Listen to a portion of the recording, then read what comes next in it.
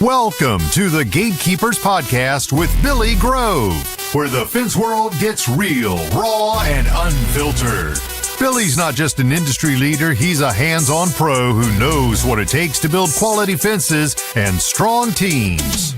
So grab a cold one, settle in, and get ready for straight talk about the trade. Today's show is brought to you by Mr. Fence Academy, National Metal Industries, J.C. Gury Signs and Decals, and Orlando Hinge Company. If you're looking to hit the next level in your fence company, check out Mr. Fence Academy. Real fencers, real job sites, real training equals real results. And now, live from the Mr. Fence Academy studios, here's your host, Billy Grove.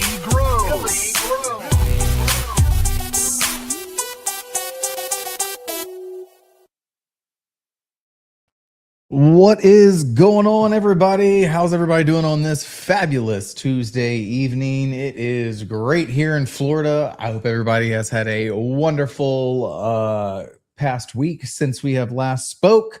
Had to miss last week. I was working out of town again, so there's that. But we're back. I got Mr. Carter Schmidt on the show, my boy. We're going to be finding out all about him and how he and his crew go out there and crush it every single day. First and foremost, though, we do have to give a huge shout out to our sponsors who make this show happen every single week. First up, we got Mr. Fence Academy. If you are looking to up the level of your fence company, whether it be the business side or the installation side, go check out www.mrfenceacademy.com. The retreat is coming up. It's less than a month away. I know there's maybe 1 or 2 spots left. If you haven't been, I highly recommend you do yourself a favor and get yourself to Gatlinburg, Tennessee next month. It's going to be a great time. Very eye-opening. Awesome time. Next up, we have National Metal Industries. If you guys are looking for privacy slats for chain link, they just dropped a new handrail box kit. It is 3 foot tall, comes in 6 foot wide and 8 foot wide sections, white and black, a whole box kit. www.nmifence.com. As far as fence signs go, guys, look no further. J.C. Gury, hands down, best fence sign out there. Even better people, www.jcgury.com. And last but not least, Orlando Hinge Company, a.k.a. the Swan Hinge. You guys have got to stop with all these ugly gaps under your like double drive gate when the one leaf swings uphill. I promise you these things work. I've used probably 10, 12 sets now. www.swanhinge.com. They are awesome. Go put a Lambo door on your double drive gate because that's what all of the my customers call them. Awesome product, guys. All right. Like I said, we do have Mr. Carter Schmidt on the show tonight, and we're going to go ahead and bring him on. What's going on, man? How you doing? I'm doing good. Yourself? Good. Awesome. Love to hear it, man. Love to hear it. So you've been on the road a lot here recently, haven't you? Dude, it's been crazy. One place to another. Yeah, man. Is it nice to be back home? Yeah. But being home means more responsibility sometimes. Absolutely. Yeah. Well, speaking of, will you go ahead and let our viewers and our listeners know who you are, where you're out of, and all that? So I'm Carter Schmidt. I own Schmidt Fencing. A lot of y'all know us as the Pink Fence Company. We drive all those pink trucks. So we are out of Louisville, Kentucky. We're really the only company around here that does the no-dig stuff or the iDrive power systems, all that stuff. So a lot of y'all see us on Facebook. That's what we are. Hell yeah, man. I love it.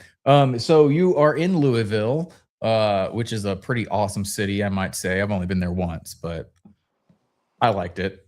You're not missing much. Not missing much? No, not missing much. I mean, I don't think I even spent a full 24 hours there, to be honest with you. So, I don't know. Everyone says there's not much to do in their own city, right? So it's hard to. Yeah, very true. Very true. Like, I don't think that there's a whole lot to do in my city, but I mean, I can tell you there's not. We learned that the hard way. You did all of the stuff that I like to do, so I have no more suggestions for you on that. No, yeah, we were all the rain days didn't help.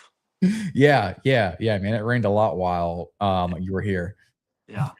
And so you made your way up back to Fence Tech, I saw, right? We did. Yeah, we did. Was that your first Fence Tech? No, we went to the Nashville one. What was that, Nice. 2 years ago, maybe? Yeah. So, yes, we've been to that one. I had one of my guys kept bothering me. We going? Kept asking. So Yeah. I had to say yes eventually. Yeah, man. So how was it this year? Yeah, it was probably smaller than Nashville, like overall size wise. But there's probably more people, I'd say. Nice. That's cool. See some new products? Yeah, there's always new stuff, right? Oh yeah, absolutely. It's all kinds of stuff. It's crazy. Absolutely. All right. Every time you think you're updated on everything, man, something new comes out. Oh my God, I swear to God, Sean King's the worst of that too. Yeah, you said not. Evan Gardner said, "What's the coolest thing you've seen?" Ooh. I don't know. I mean, I don't know. So I wasn't there, but I saw somebody post something about the Hall bot, and I was really. Dude, I thought that thing was a joke. I'm not gonna lie. Okay, well, I didn't see it in person, but I was like, "What's?" You got to hand load it to drive it in the backyard, then hand unload it. I mean, I did see that, but I was like, I looked and I said, this thing would be pretty cool if it would like unload itself, like just have it drop like a pallet pretty much. Yeah. It'd be pretty cool then, but for what it is. Yeah. And it's pretty expensive for what it is too. Like I looked it up and I was like, oh God. Yeah, it was what, 18,000? Right? I think it was like 20 shipped. Yeah. No, I mean I'd go buy a mini skid for that. Then it can do everything. Very true. Very true. But I thought that was cool, but I didn't see it in person. I just watched that little promo video that someone put down in the comments. Yeah, I don't know what was there that was really, that stood out. I mean, yeah. I don't know. Everything there you see it on Facebook. So it's kind of just seen in person.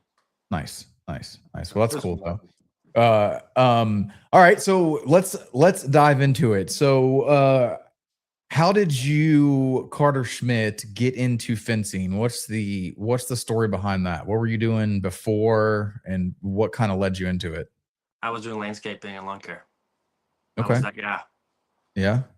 Yeah. So we cut grass for sort of 16.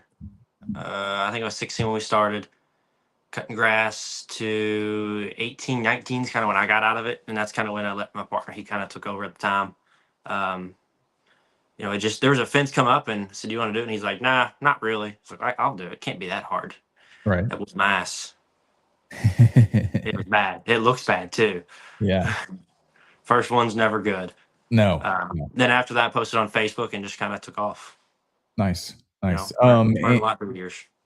And so while you were making your way into, trucks and crews and all that stuff, and you've upsized and downsized since then, in the beginning though, what was like the thing that like really kind of pushed you over the edge to like really start doing things correctly?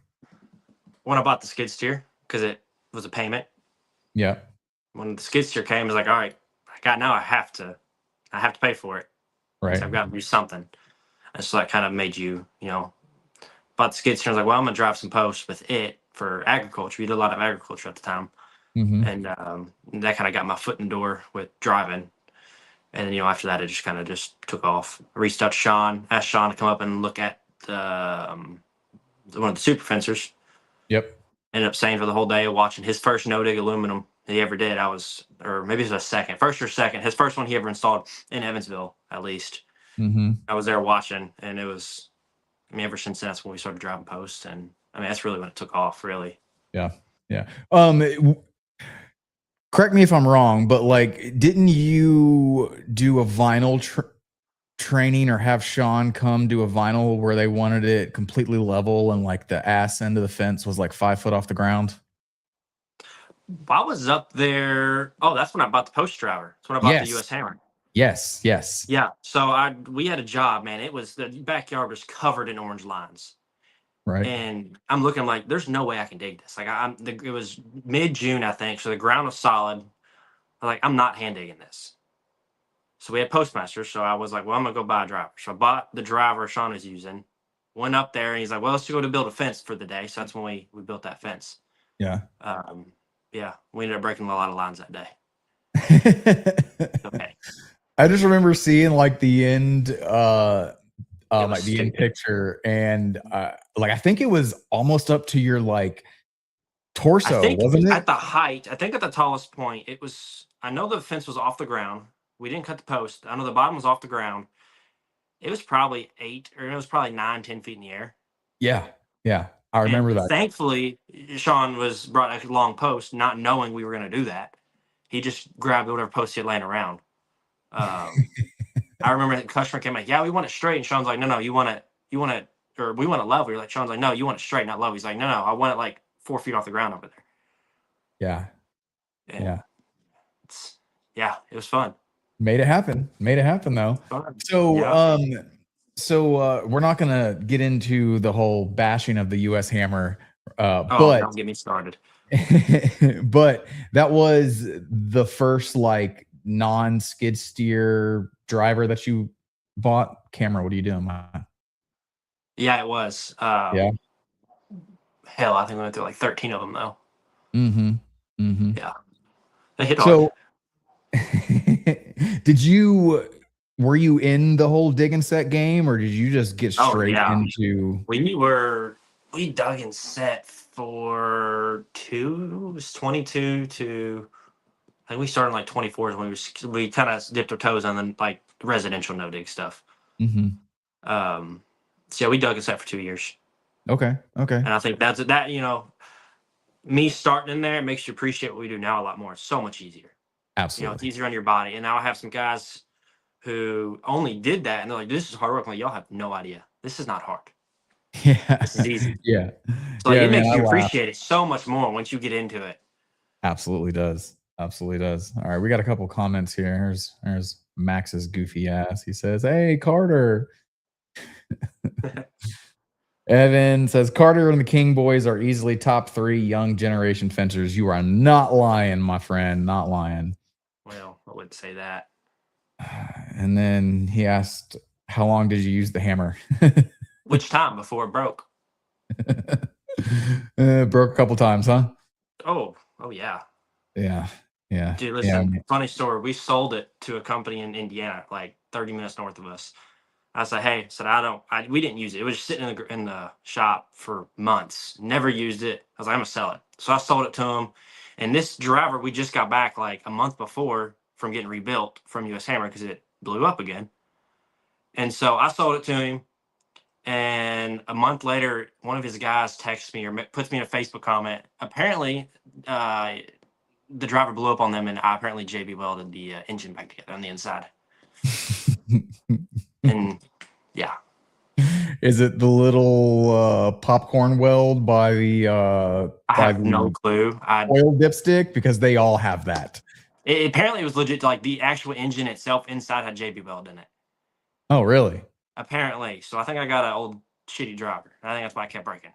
So I have rebuilt I think 3 or 4 of them, and when you take the crankcase off the bottom, there is a spot that I don't think it is JB Weld, but it absolutely looks like JB Weld. But it's on every single unit that I've actually fully taken apart. I don't know. That's weird. I don't know, man. I thought they were awesome until they just weren't so awesome, but that's all about that. Customer service. Listen, customer service is great. Customer service is wonderful. Yeah, the best. By far the best in the industry. Yes, absolutely. Absolutely. But got some tweaks to work out to bend back straight. 100%. Yeah. All right. So whenever you dove into the fencing side, and what was your like final I'm no longer cutting grass moment, and you went all into fencing? It was a couple jobs in. So we only cut grass on the weekends. We only had like 40 yards. So, it's really not that much to cut. Right. So we did it on the weekends and that. So I'd work Monday through Friday. I'd build a fence. Mind you, it would take me 2 days to do or Yeah. probably a week to do 300 feet. Like, we were not fast. So we really didn't have much work. Like, looking back, there's no way those jobs should have taken as long as they did. No Right. way. Right. No way. Nowadays it's a 1 day job, but I was busy enough, going slow enough, making decent enough money to where eventually it was just like, hey, it's just not. There's no reason I'm gonna go cut grass for $400 when I can go make $2,000 in a day, Right.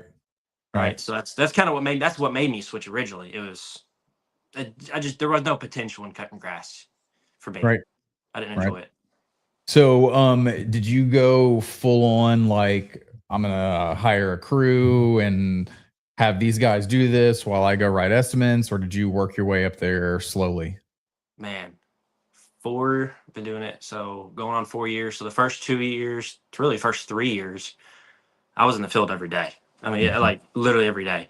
Last year around this time, I was out of the field for like 6 months. I had a good crew going. One of them cut his finger off, and then the other one quit to go run a family business. So it was down to me and a guy. So I was back in the field for the last year. Right. Right. But I think I should be out of the field in the next couple weeks again, Hell yeah, just man. doing estimates. So we're I love to hear slow that. process getting back up to where we were. We And downsized last year big time. yeah, yeah. Like that was going to be my next question. So when you went to all driven post systems that enabled you to downsize without losing speed on your schedule. I'd say so. Yeah. I Yeah. mean, we didn't know Dig before, and that's one of the Right. reasons I was able to step out because it was easy, right? But I think losing two guys, keeping one guy, me in the field, you know, things got done quicker because I'm out there, and I know when I step out, of course, it's going to slow down a little bit. Absolutely. It's part Absolutely. of That's it. a given, But unfortunately. yeah, but we were able to manage. I mean, we hired a few subs. Like we had Travis from Mr. Fence. Hmm. He helped us out when we got a few pinches, and subbed for us. So we had a few subs we used here and there. It was mainly just me and Brian.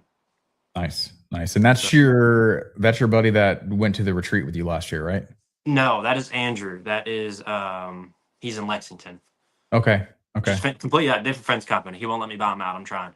Hey man, you two got a good thing going though, man. If you guys can be both fence company owners and kick it like you guys kick it, that's pretty badass. I'm not gonna lie to Yeah, you. no, it's good for us, both of us being close enough to where we can, a couple hours. It's an hour drive, so it's not a big deal to go over there and Right.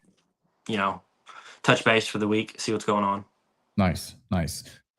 So what's on your radar? What's in your sights for 2026? What's the biggest check mark that you want to check off? We just got accepted on our first shop. Okay. So I'm hoping to close on that in 90 days, I think. So that's going to be, last year, downsized, I was comfortable, making great money. Me and one guy, right? No stress at all. Right. Already stressed out this year. Already. Hiring people is scary. Right. Spending this much money on a shop is even more scarier for me. Yeah. But it's forcing me to grow. And I've told myself this year, in order for me to grow as a company and even a person, I needed to put myself in an uncomfortable position because I knew I'd figure it out. Right. Right. So hopefully we figure it out. Yeah. Yeah, man. Well, my growth is uncomfortable. So you gotta get comfortable being uncomfortable, right? Yeah. Yeah. I think that's what they say. That is what Who they said, say. who Right? said that? That was at the retreat one year. I think that was Chris? Chris says it a lot. I think Chris started it. I think Chris started it. It's either Chris Gass or Chris Steele, one of them. But I know Chris Steele says it at our meetings a lot. So He steals a lot from Gas. It's probably Chris Gas. Definitely. Oh man, those two are great though. Oh yeah. Okay. So DJ verified it. He said Gas. That's what I thought. Yes. All right. So are you going to the retreat this year? Don't think so. Don't think so? No, Sean's asked me twice now, but Yeah. I don't have time. Not with trying to get another crew up and running. This shop, I bought a house, trying to flip a house, and it's not going well. I just don't have time. Oh no. Oh no. So you said you're getting another crew running. Are you the one that's training guys, or do you now have somebody who can So show them the the guy rope? that left last year to go run his family business, he's coming back Monday. He starts Monday. And so he was my foreman. So he'll come back, just give him, a couple weeks to get him back up to speed. And I'm gonna let him kind of go back to being a foreman. And then our other guy that works with me now, he's going to stay in the field for a short time until I can find one more person to fill in for him. And he's going to step out more, become more of a project manager role, and kind of manage day to day, so I can go do estimates and really be out of the field completely. Nice. So I'll train, to answer the question, with the plan. The new foreman eventually will be able to help train as well. There we go. Kind of a thought process there. There we go. Now your guy that you're moving to project manager, project coordinator, are you going to be implementing like project coordination videos and stuff like that, or? Yes, I do it different though. I know a lot of people come back out to meet with customers. I'd make the video when I'm there doing the estimate if I sell the job. Like if I leave with the check, I'm like, all right, I'm going to take my video. Right. That way I don't have to, right? That way I have the option to go Right. back out there. And sometimes last year I used to do it every single job, but it just got to be too much. Mm-hmm. But yeah, he is hopefully he's going to go out there, meet with them, manage the 811s, fill in the field when someone calls in sick. He's going to be that kind of, she's bounce around a lot. I think is what I'm going to have him do. Okay. He's going to try to take my role to allow me to actually grow the business and focus on paying the bills. There we go. Now, do you have a shop guy for the shop that you are paying for, or I do not. Shop guys? Right now we rent just a field with this little shed on it. So it's not hey, much. man, whatever works, right? Listen, for the payment they want to charge me, it's okay. There we go. There we go. Oh, it matters. So are you planning on filling a shop guy spot in 26, or is that going to be something for 27? I think I'm on for weight. My overhead's too much. Yeah. I'm looking at my overhead, man. It stresses me out looking at the number. Yeah. Very true. Very true. Did you do a lot of snow work this year? Not real. I mean, well, we pushed for maybe 150, 200 hours maybe. So that's a lot of hours, but it's really not that much when you grand scheme of things. Mm-hmm. I mean, I got a buddy who billed out $250,000 in a week for pushing snow. So what we did was nothing. But and that pretty much keeps y'all pretty busy most winters. We have one contract we work with. The guy I rent my shop from, they got a construction company, so they got a lot of snow contracts. So we'll subcontract under him to push like 9 to 12 warehouses with other companies. We'll all kind of tackle it together. So it's realistically, if it snows 10 inches, we're only out there for like 30 to 48 hours. So, but then the snow this time stayed on the ground for 3 weeks. Right. And it was ice, so we couldn't build a fence for 3 weeks. Oh wow. It sucked. Yeah. It was bad. So even in ice and stuff, like, is it that you just can't drive post, or you just can't drive around on the roads, period? Neither. It's more just I don't like knowing. I like to know what's underneath it. And for 811, I know you all don't do snow much down there. They're literally just put a spray paint on top of the snow. So as the sun hits and it melts top layer, it'll kind of fade out, and it's just pain in the ass. Okay. Well, I don't like going back because customer says, "Hey, my fence is off the ground because there was ice on the ground. You didn't know." Yeah, true. Like we did aluminum in the snow, just trying to touch up. I went back there 3 times to fix stuff. Okay. That was just because of the snow. You just didn't know. Right. So I've already been there 3 times. Oh, well, I mean, like, that makes sense. I mean, it's it's on top of the ground. That's not going to be there in the spring and the summer. So, that's just something that we don't have to deal with down here. So, and you do your best to get as close to the ground as you can, but we thought we were in the ground, and we were at 4 inches off the ground in a few spots. Right. So thankfully it was aluminum, so it didn't matter. It was easy fix. Super easy fix with aluminum. Oh yeah. I mean, I was there for 5 minutes. She was like, "You're done." I was like, "Yeah, it's 6 screws. It's easy." I love that about it, man. Freaking love it. All right. We're going to jump to commercial break real fast, and we'll be back in 3 minutes. Okay.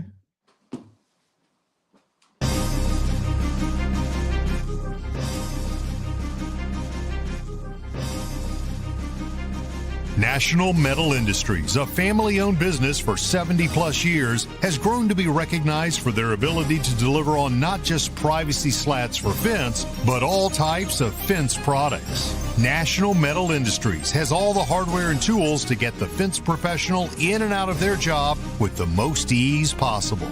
You can count on National Metal Industries for the most convenient resources in fence products. Visit nmifence.com for more information. As we like to say, you can always pick it right at National.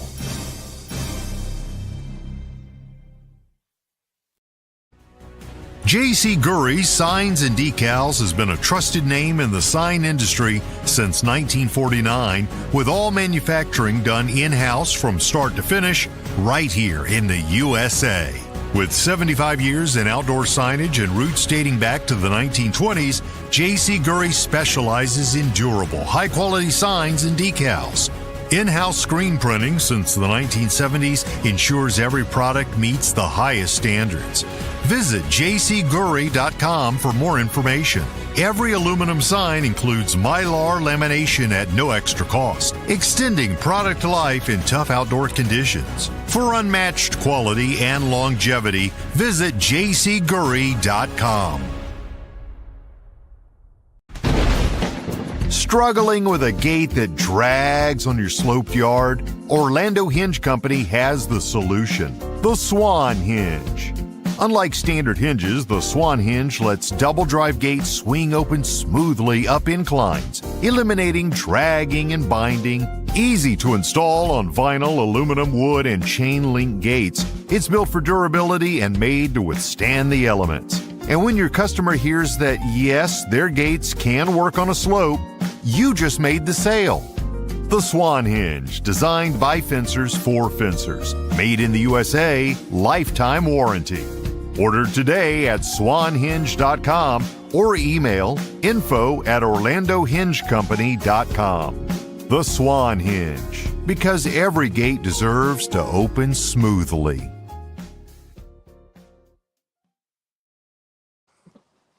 All right, guys, we are back. And if you're just joining us, we have Carter Schmidt on from Schmidt Fencing out of Louisville, Kentucky, talking about his journey into the fence world and just kind of kicking it, answering some questions in the chat. If you got a question, drop it in there and we'll put it up on the screen.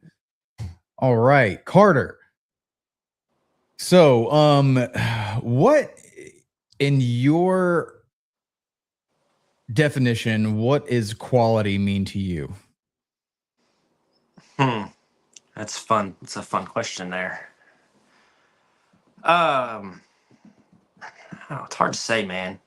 I mean, you're right, everyone's definition of quality is different. Right. So, I mean, for me, it's really just following our standards that we have in the company and really not getting callbacks. Like, if that's all we do, I don't really have a complaint. I used to be really picky, like really, really picky. And I've come to learn you got to ease up a little bit because customers don't care at the end of the day. Mm-hmm. I mean, as long as they have a fence, that's all they know and they care about. Right. So it's hard to say. I mean, it really is. It's hard for me to say. Okay.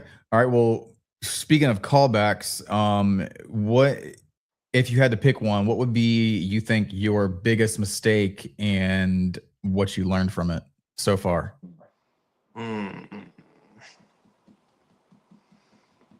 Working in low income areas. Okay. They're always a pain in the ass. Yeah. Always. No matter what you do. I mean, yeah, you do have a point. You have a point there for sure. I mean, like, so we started out and we were cheap when we first started, like most people are. I quickly went to being one of the more expensive people, and now we're back down to being one of the cheaper people again. For me, in our market, I've learned if I'm cheaper, I tend to have less callbacks. Okay. My theory, I might be wrong, but here's my theory behind it is we're cheaper so people don't expect as much. They don't expect a perfect job, right? We're going to give them as best job as we can and what we believe is like perfect, right? But when we were charging like a premium, the callbacks we were getting is like this picket's cracked. It was this post is slightly out of level. It's all kinds of crap. And now that we're cheaper, not saying we can get away with a lot, but we can get away with a lot more, right? I mean, not as many callbacks. And we're now landing more jobs, bringing in more revenue, more jobs. And so it allowed us to grow a lot more. Like last year, we doubled in profit last year, and we went down in price. Okay. So that doesn't happen very often. No, but I thought of it long. It was a really long thought, and I mean, it was a really long thought process of trying to figure out how I wanted to do it. But I think I figured it out. Oh yeah. Gotta love that. All right, we got some questions in the comments. First and foremost, we got Evan Gardner says, "What's your favorite type of fence to install?" Aluminum. Hell yeah, mine too. Duh, easy. There's nothing to it. It's the best. Dude. All right, Max Peters says, "What's the average time on each type of fence to get it 100% completed for Carter, i.e., vinyl, wood, aluminum, chain link?" We can do about 700 feet of aluminum in a day, and like a 10-hour day with 2 guys, about 700 feet. So what we've done before, that's our max that we've ever done. I'm sure we could do up to 1,000. Like the numbers say we could do 1,000 feet, but I've never landed a job that big, so I can't say yes or no. Right. Vinyl, everything I say is gonna be 2-man crew. We don't run a 3-man crew. Rarely do we run 3-man crew. Vinyl, about 250, 300 is probably the max. And then wood's probably about the same thing. And chain link, I don't talk about chain link, bro. I hate chain link. Yeah? Yeah, that's what Travis is for. Exactly what Travis is for. He got every single one of my chain link jobs minus our big 8-foot commercial jobs because I like those. Oh, yeah? I like those. I just don't like residential chain link. All right. All right. Nothing wrong with that. I'm not good at it, so that's why. Okay. Nothing wrong with that, though. Brian Probus says, "Are you able to keep your guys busy for 40 plus hours a week? And if not, what do you do for them on the downtimes?" Winter? No. We maxed out about 24, 30 hours a week in the winter. Summer, we work Monday through Friday, or we work Monday through Thursday. It's supposed to be 10-hour days. But when it was me and Brian, our guy from last year that I kept, we only work probably 30, 34 hours every week. So, and I didn't pay him for 40. I paid him for what he worked.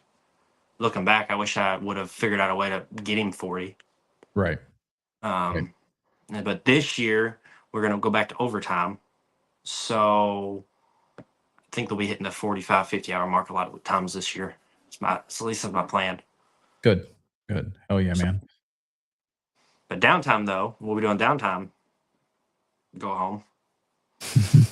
I mean, if there's nothing to do, I don't waste. I'm not going to sit around and waste time. Right. Very true. Yeah. All right. Max says, "I noticed also when Carter was at one of our jobs that he has a positive morale when in the field. Is a positive and fun morale a key to succeeding and keeping the crew motivated?" I think you answered yourself there, Max. I think Max, if I remember right, he's with you all, isn't he? Yes. Okay, that's what I thought. Yeah. Because we went out there on that chain link. Oh, them boys we get there, we're like, guys, it's fucking 11 o'clock. Y'all got 6 posts in the ground. We literally drove the truck in the backyard. So get in the back of the truck. So they just sit on the back of the truck. They just drove all the posts. We drove 60 something. I mean, it was 60 posts on that chain link probably. So we drove like 60 posts in less than an hour. Yeah. We got them moving then. Hell yeah, man. And they were loving your system for sure. That's what they said was faster, but I don't know, man. Once it was all explained to me, I was like, it's the same, right? It's pretty much the same thing. Just we just do it backwards. We just yeah, it's the same thing but backwards. Exactly. It's exactly right. Yeah, it's the same exact thing, just backwards. For you all, you can get away with driving height. We can't. We have too much crap in the ground. Here and there, man. It just depends on where we're at in the city, to be honest with you. Like if we're in like older neighborhood, I know to leave them high because we're probably going to run into some roots somewhere. But if we're in like a brand new like new build or way out in the country like they were, you can run them straight to grade and be good with it. So y'all don't have rock at all then, right? Nah, I mean, there might be some rocks in the ground, but no, there's not. No, there's not like hard rock ledges or anything like there is all over the country. I mean, like there might be like a stone in the ground or somebody buried a paver 20 years ago or something like that. But I gotcha. For the most part, man, all we really have to worry about is 100-year-old like oak tree roots that are as big as around as my torso, and that's about it. The best way to get to those is just spike the post. Yeah. That's what we started doing. Way easier than drilling it out. Oh yeah, absolutely. Evan says nothing bigger than 4 inches. What do you say? He said nothing bigger than like 4 inches, talking about rocks in the ground. Oh, I know. It must be nice. That's why he does Postmasters. Exactly why. Those things do not like rocks or roots. I'll tell you that much. Listen, we used to use Postmasters. Yeah. For like a year and a half. I got out of them because of rocks and roots. Couldn't do anything with them. No, they don't like roots. I'll tell you that much. They will not go through roots that round pipe will go through. Dude, if it's a root the size of your thumb, it won't go through. And it kind of like blows me away because that half blunt, half sharp edge at the bottom, you would think would cut better. It'll cut your hand open like nothing. Yeah, but it does not cut through a root. In my experience, I know Evan has way more experience with the Postmasters, and he seems to not really have a problem. Have you used Postmasters much or no? I mean, yes, and then of course we have our promotion here at High Steel with right now with them, and so I don't know. Probably in the last couple months, I've probably done 500-600 foot of them. That's still not that much though, at all. No. I thought y'all did a lot of wood down there. We do a lot of wood, but it's mixed between, because we're not all 100% like driven yet. I mean, we still do wood post 4x4s and concrete here and there. So it's mixed between wood 4x4 post and concrete, King Plus, and Postmasters, and we do all of them. That's a lot. It is a lot, and I have to stay on the guys for whenever they're switching systems to get to not use the measurements for this system and all that stuff. But thankfully, wood post and 4x4s, and most of it's the same. Yeah, a lot of it's the same, right? Most of it's the same. You're keeping your 6 inch or 5.5, whatever y'all do down there, revealed. So it's not much changes. Yeah, not much changes. Just a couple little subtle changes here and there.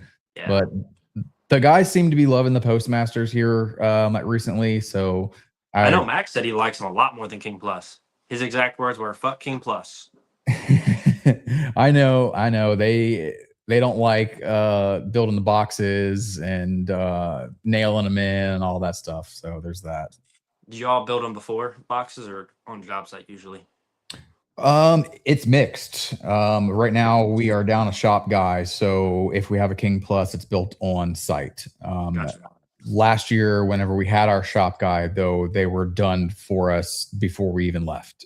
So I will say building the boxes on site is very slow, and you lose a man for hour and 15.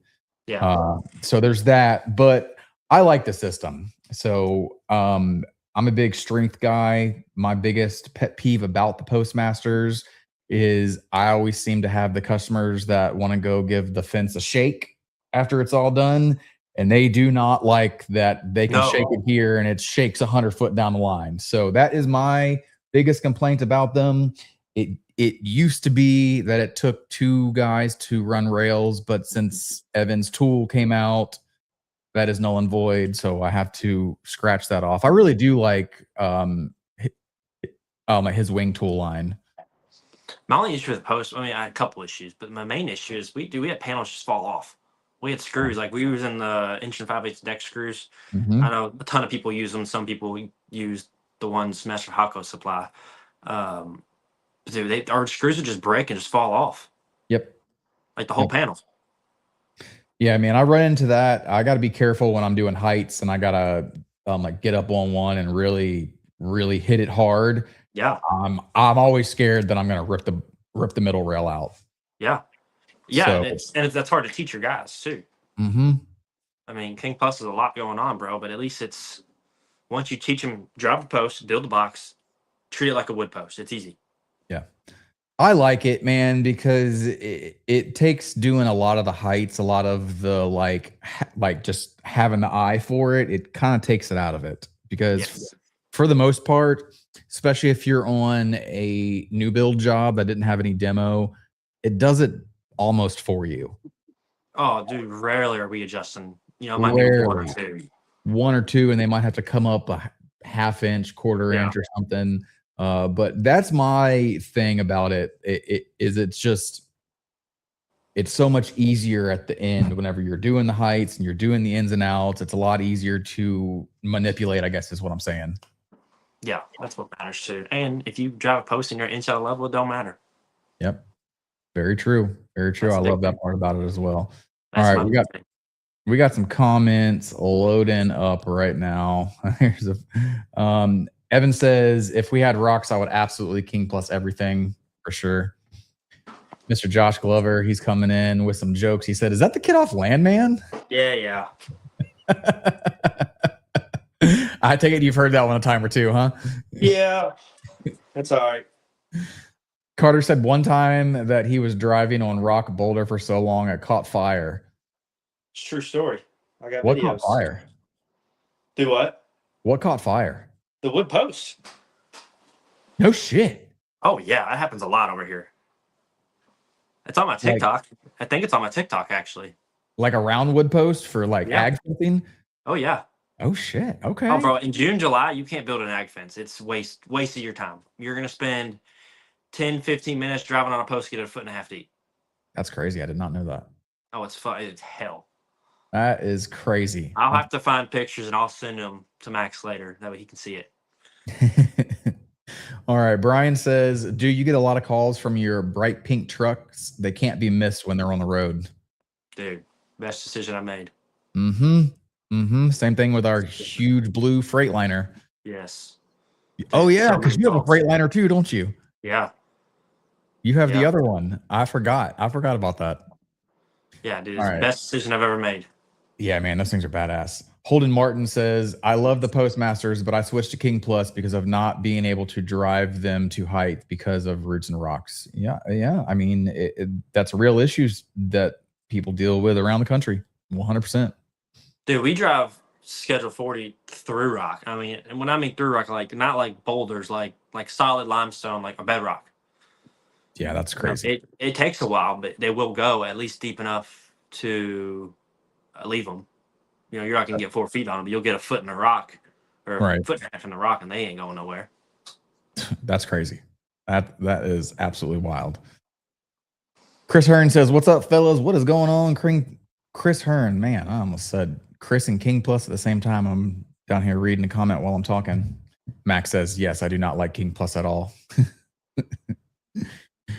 Holden says, the wing tool is awesome. I hated it, but for the fact of having so much trouble driving them, I had to. I'm confused on that one, but it's okay. About the Postmasters. Oh, okay. Freaking Tuesday. What's up, man? Never been a fan of Postmasters. They're all right. Max says, I've been using the Beaver so much recently that I'm going to miss it. Dude, what? He has been using the Beaver. He's been using the hell out of the Beaver, man. On that big job? Yeah. So he has 162 on one and 78 on the other. So left to dig? No. That's what he's dug already. There's a whole lot more. There's a whole lot more than that left to dig. I was saying, there's no way. Okay, it makes more sense. There's a whole lot more holes left to dig than that. Trust me. How long do I have left on it? Well, we pulled off of the white vinyl job, and we went to a tan vinyl job, and they're right around the same footage. So we're almost halfway on the white, and we're not even close to halfway on the tan. And so we have a set, correct? And with the tan, Have you ever used the H post for like horizontal vinyl? I don't think so. No, I've only done it where there's like a U channel or something. I think I've only Yeah, done one. It was with Sean during that training, so I don't really remember how he did it. To be so honest, it's pretty cool. It's kind of a pain in the ass, I'm not gonna lie, but it is really cool. The posts are all like H posts, and the pickets in the infill go like inside of the post. the Like, whole post aluminum or is it vinyl? nah, man, it's vinyl, but it basically looks like a Goliath post, but it's vinyl. I have not seen that or even heard of that from Homeland. Yeah. What?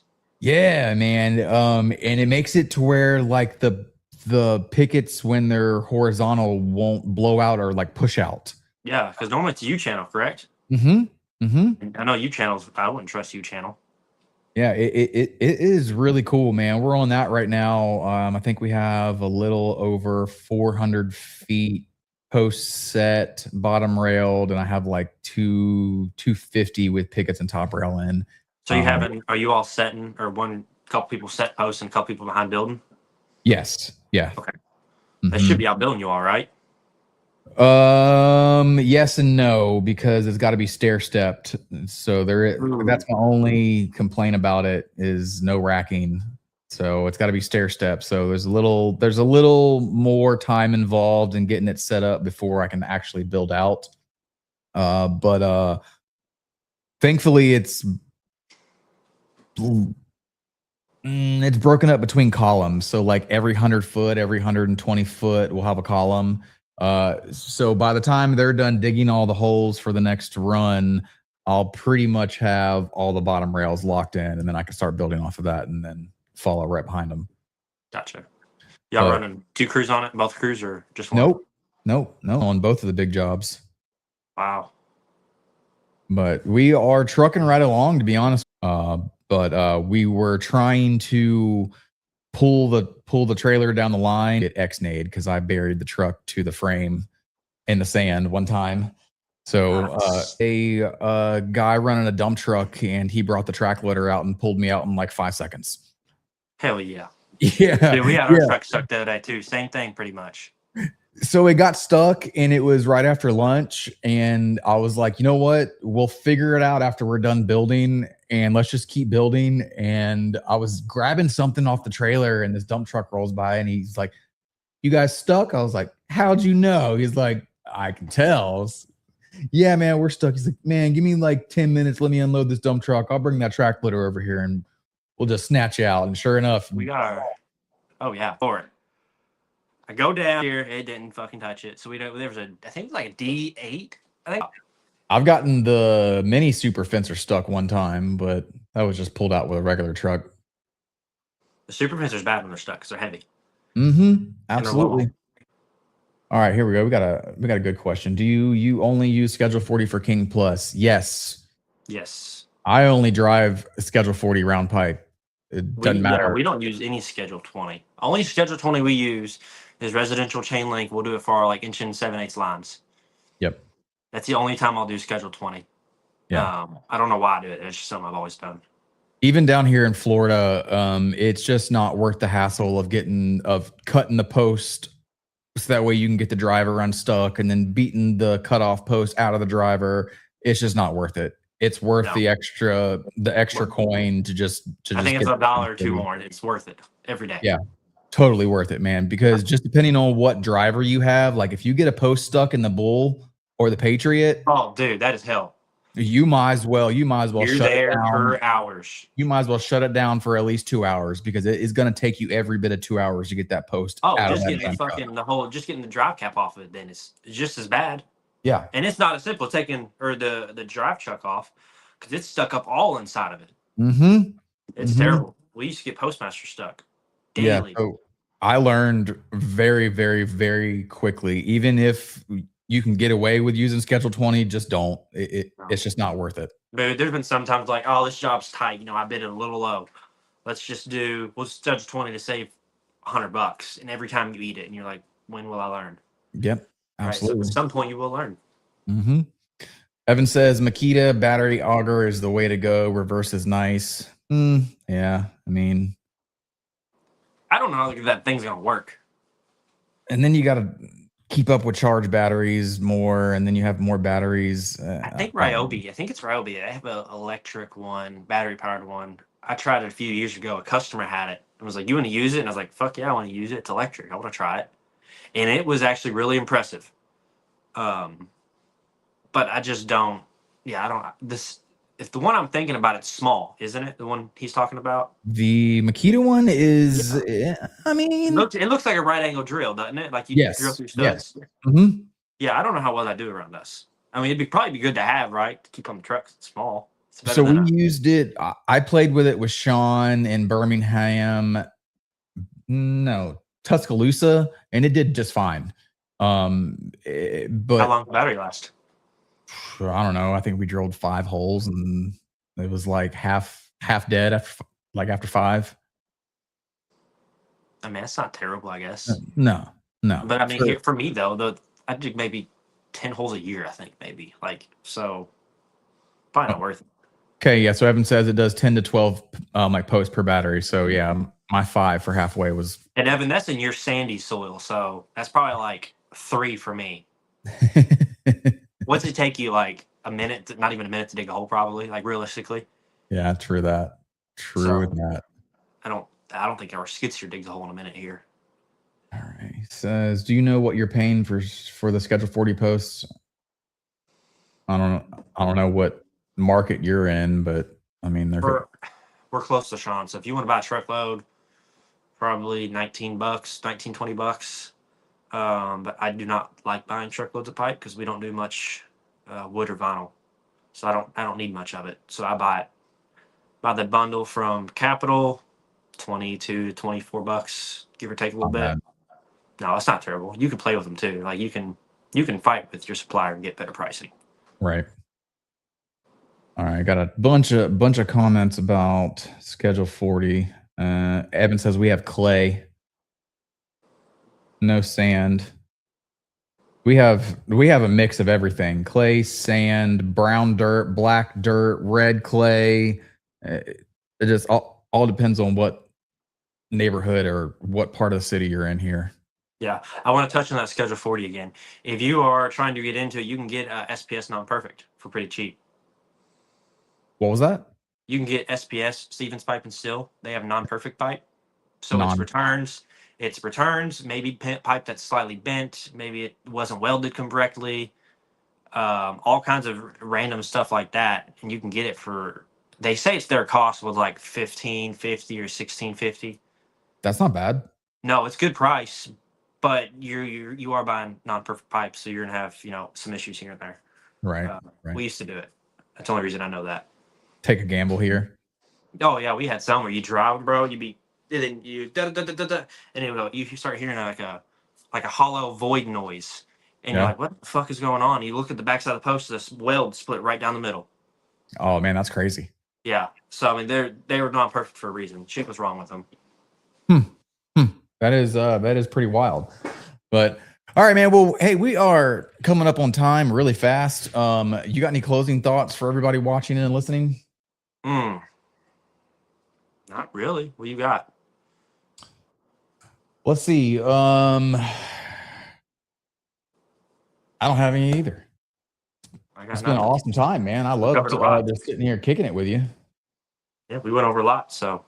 Absolutely. All right. Well, guys, if you want to know anything else, drop it down in the comments. I'll try to get it answered. And Carter, tell everybody where to find Jet. We are on TikTok at Schmidt Fencing, Facebook Schmidt Fencing, and that's pretty much all we're on. Boom. So if you want to find Schmidt Fencing, TikTok and Facebook is where it's at, man. Well, hey, dude, thank you for taking some time out of your night to come on here and kick it with us. Very much appreciated. You going to be in demo days in Florida? I don't even know what that is. Okay. No. All right. Well, then I won't see you at the retreat. Won't see you at demo days. I'll see you soon, right? I'll be at Fence Games. You on? I'll see you at Fence Games, man. I'll see you there. All right, buddy. Well, hey, man, thank you again for coming on, and you enjoy the rest of your night, all right? I appreciate it. See you guys. All right, bud. Boom. All right, man. That was fun, dude. The last 30 minutes of that freaking flew by like over here. Y'all stick around next week. I got an awesome guest lined up for you. Going to be another in-house guest. I got Mr. Chris Steele coming in the house to tell us a big announcement. I'm not going to let it out. I'm going to let him do that. But next week, guys, Chris Steele's going to be in this chair right here next to me. We're going to be talking about his big announcement that he has for the fence industry. Make sure you come back and check us out next Tuesday, 7:30 p.m. Central Standard Time. You'll have a wonderful rest of your Tuesday. Be safe out there, kick some ass, and collect some checks. I'll see y'all next Tuesday.